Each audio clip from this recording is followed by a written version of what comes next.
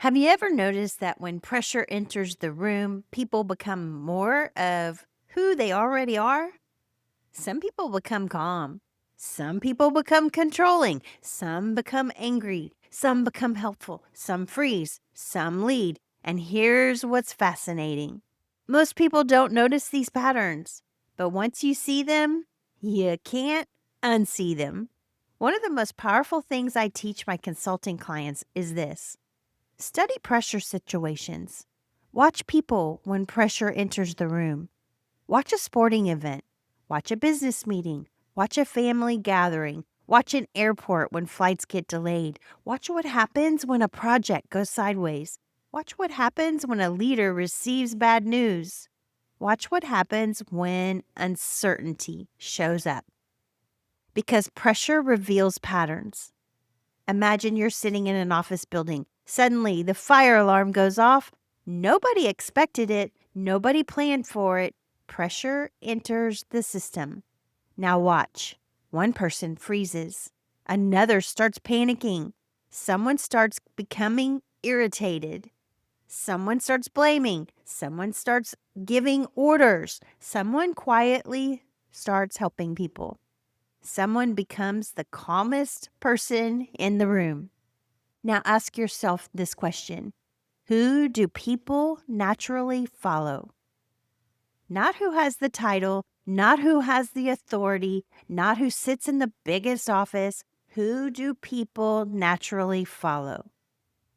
The answer is usually the person whose nervous system feels safest under pressure.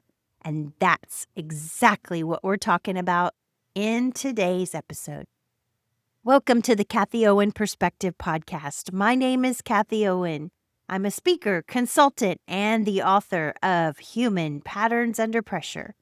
On this podcast, we explore what pressure reveals about leadership, communication, decision-making, emotional contagion, and the hidden patterns that shape our lives long before we're aware of them. Because pressure doesn't create the pattern, pressure reveals the pattern. And today we're talking about something your team already knows. They know when you're under pressure. Your employees know, your clients know, your spouse knows, your children know, your friends know. The question isn't whether people feel your leadership. The question is, what does your leadership feel like? Most people think leadership is about communication, strategy, authority, experience. And yes, those things matter. But before any of those things matter, people are asking questions they may never say out loud. Can I trust this person? Are they stable? Do they see me? Can I bring them bad news? Will I be blamed? Will I be supported?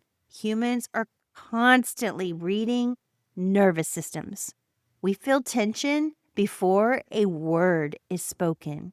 We sense frustration before a conversation begins. We know when someone is fully present. We know when they are not. That's why your team knows when you're under pressure, even if you think you're hiding it. One of my favorite concepts comes from the book, The Charisma Myth. The author talks about three qualities that create influence: power, presence, and warmth. Power is confidence. Presence is being fully here. Warmth is making people feel valued. When all three are present, people trust you. When pressure enters the room, one of those qualities often disappears first. Some people lose warmth. They become short with others. Some lose presence. Their body is in the room, but their mind is somewhere else. Some lose power. They begin doubting every decision they make. Pressure reveals all of it, which is why awareness matters, because awareness comes before change. This is also why I spend less time teaching techniques and more time teaching observation. Observe pressure situations. Watch how people respond. Watch how leaders respond. Watch how teams respond. Then start observing yourself. Notice what happens when you're stressed. Notice what happens when you're uncertain. Notice what happens when plans change. Notice what happens when expectations aren't met. Notice what happens when someone disagrees with you. Pressure leaves clues. Most people simply aren't looking for them. One place this shows up all the time is micromanagement. Many micromanagers are not bad people. They're uncomfortable with uncertainty. Pressure enters the system. Control becomes the coping mechanism. Over time, that response becomes automatic. That's why telling someone to stop micromanaging rarely works. The behavior isn't the problem. The behavior is revealing the pattern underneath.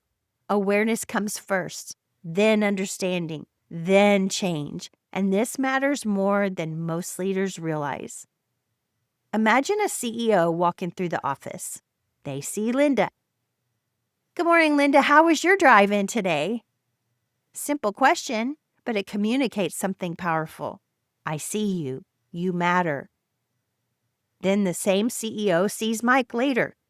Hey, Mike, how's that project going? Again, simple, but now Mike knows the CEO remembers his name, remembers what he's working on, and cares enough to ask.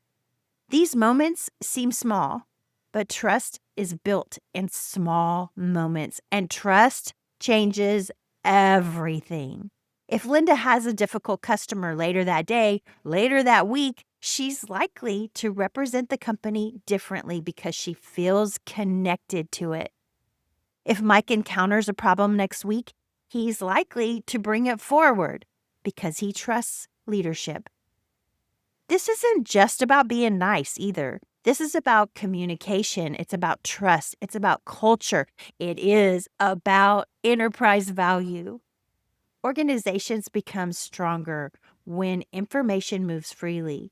Information moves freely when people feel safe.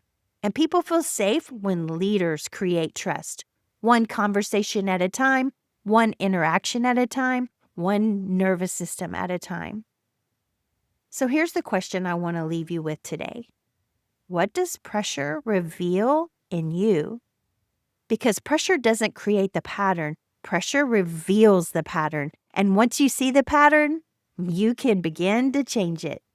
In an upcoming episode, we're going to go even deeper into this conversation. We're going to explore why some people become incredibly skilled at reading pressure situations and how growing up around dysregulated nervous systems can shape the way we experience leadership, relationships, trust, anxiety, and emotional safety. All right, that's my episode for today. I trust that you found it helpful. I always include a blog post with every episode I do that goes deeper into this topic and includes additional resources. You will find that linked in the show notes and description below, and on YouTube, it'll be in the first comments. Thank you for spending time with me today. My name is Kathie Owen, speaker, consultant, and author of Human Patterns Under Pressure. And until next time, keep observing the patterns. I'll see you in the next episode.